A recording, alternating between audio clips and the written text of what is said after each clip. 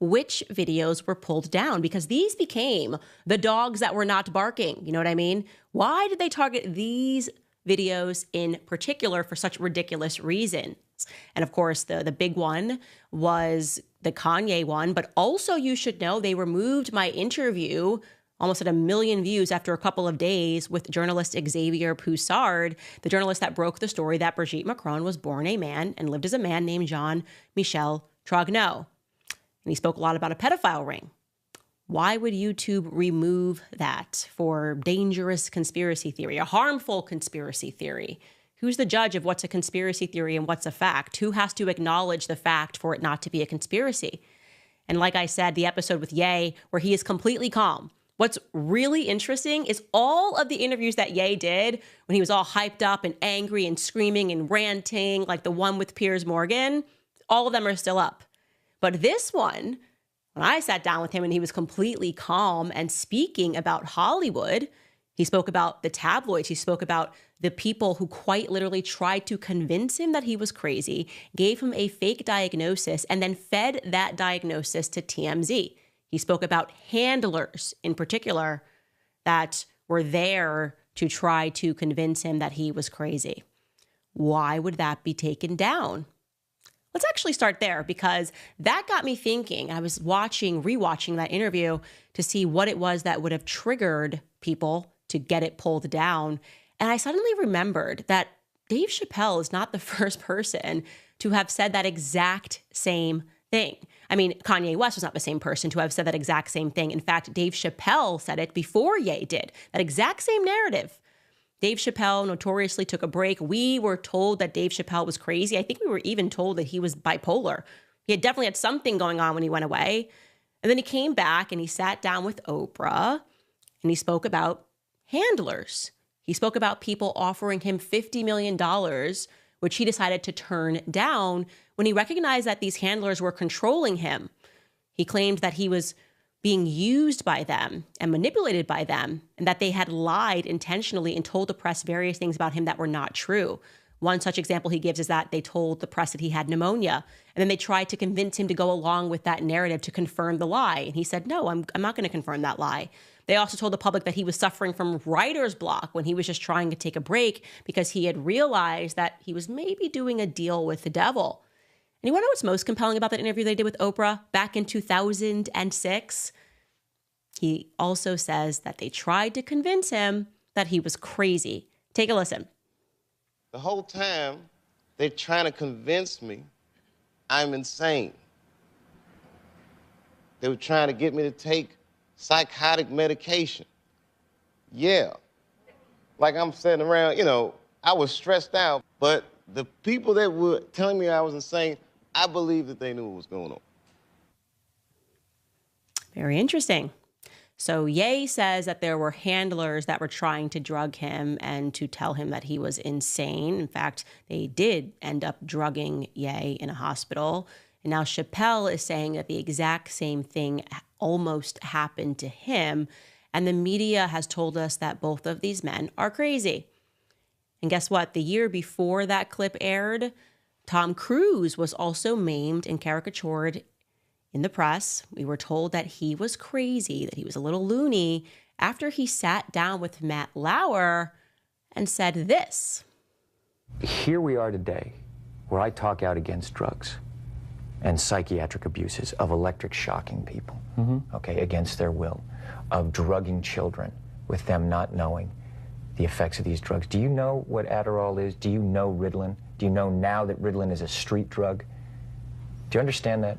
The difference is this was not against her will, though. But this wasn't against Brooke's will. Matt, I'm asking you a question. I understand there's abuse of all of these things. No, you see, here's the problem. You don't know the history of psychiatry. I do. All it does is mask the problem, Matt. And if you understand the history of it, it masks the problem. That's what it does. That's all it does. You're not getting to the reason why. There is no such thing as a chemical imbalance. I'm saying that drugs aren't the answer, that these drugs are very dangerous. They're mind-altering, antipsychotic drugs.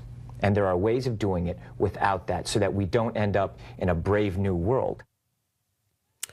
Mind-altering antipsychotic drugs. speaking about the history of psychiatry. You don't know the history of psychiatry, he says to Matt Lauer. Why? Well, if you could pinpoint the exact moment, if you could literally trace it to one episode in which I started dealing with a full media firestorm of attacks when the media turned on Candace Owens, it was when I dove into, and you can look at this, fact check this, earlier this year, the history of psychology and Sigmund Freud. They went nuts. It's an untouchable area. You can't speak about it, but it's everything that you need to know. You should deeply research, begin with Sigmund Freud. It is dark, it is disturbing, and it is religious so far as it is like the Antichrist. And it's all real. It's right in front of your face. Very deeply disturbed, sexual, perverse individuals turned philosophy into what I believe is a fake craft of psychology, almost a form of witchcraft, which then became, down the line, Sigmund Freud's family, like I told you, created propaganda. That is Edward Bernays, his nephew. And the effects of that are what we are seeing today. Propaganda, psychology, mass psychoses implemented upon the world via the media. So they control these handlers that take over Hollywood. They insist, these handlers, on controlling every single person in Hollywood because Hollywood is the vehicle. It is the vehicle in which they can modify our behavior. We worship celebs, right? We follow celebs. We follow celeb trends. And so these handlers have to get celebs to behave in a certain way. In that same interview, crazy Dave Chappelle recalled being peer pressured by handlers to do something very odd, to wear a dress. Take a listen to this. I mean, I'm a conspiracy theorist to a degree. Like when I connect dots that maybe shouldn't be connected, I don't know. But certain dots, like when I see that they put every black man in the movies in a dress at some point in their career, I'll be connecting them down like, wow, these brothers got to wear a dress. This happened to me. So the writer comes in. I think he's the writer. He's like, Dave, listen, we got this hilarious scene where Martin's sneaking out of jail. So he disguises you as a prostitute. And he put this dress on. And, what? A prostitute? No, I'm not doing that. I don't feel comfortable with that. That should have been in the discussion. What? You don't feel comfortable with it? I mean, it's a hilarious bit. All the greats have done it. Very interesting because, I mean, by the way, don't listen to him because he's crazy. Kanye is crazy. He's crazy. Tom Cruise is crazy. And also, I remember crazy drug addict, at least that's what the media says, Cat Williams, similarly told us that he was being manipulated by the media when they tried to convince the world that he was a drug addict, but he insists that he had never touched that stuff, that he had never touched crack cocaine. And he also spoke out about this peer pressure for people in Hollywood to start wearing dresses. Take a listen to Cat Williams speaking to Joe Rogan about that. You don't care how people feel about the ritual. It's about does following the ritual work.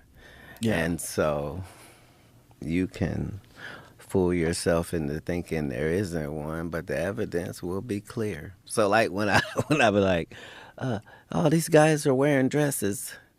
And everybody's like, oh, he keeps talking about people wearing dresses. No, it's not. That is a weird thing. It's not like that. Look at it from a different way. Look at it.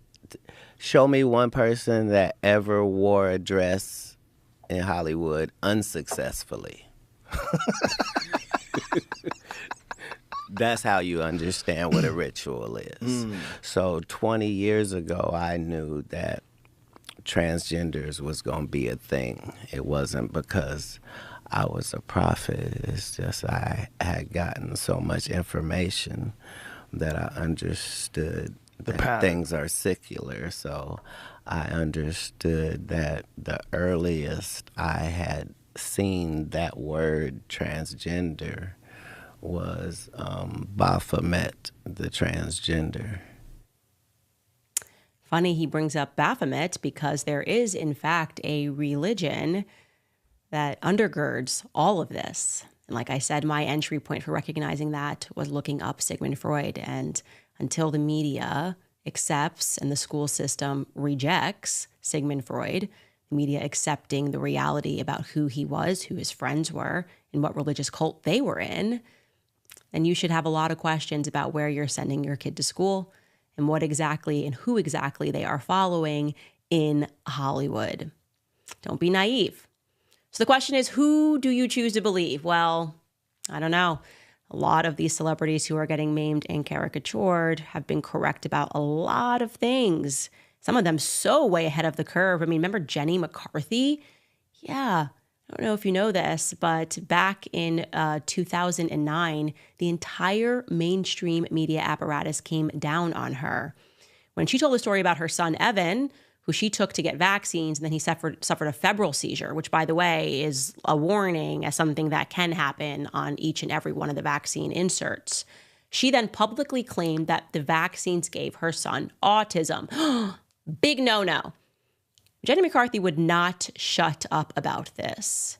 Take a listen to a conversation that she had with Larry King alongside her then partner, Jim Carrey. Back in 1989, the shot schedule was 10 shots given. 10 shots given. When I was a kid, what do we get, 3? It's twice as many as anywhere else in 30 countries in the Western world. But we give twice as many shots as any of those countries. Why is that?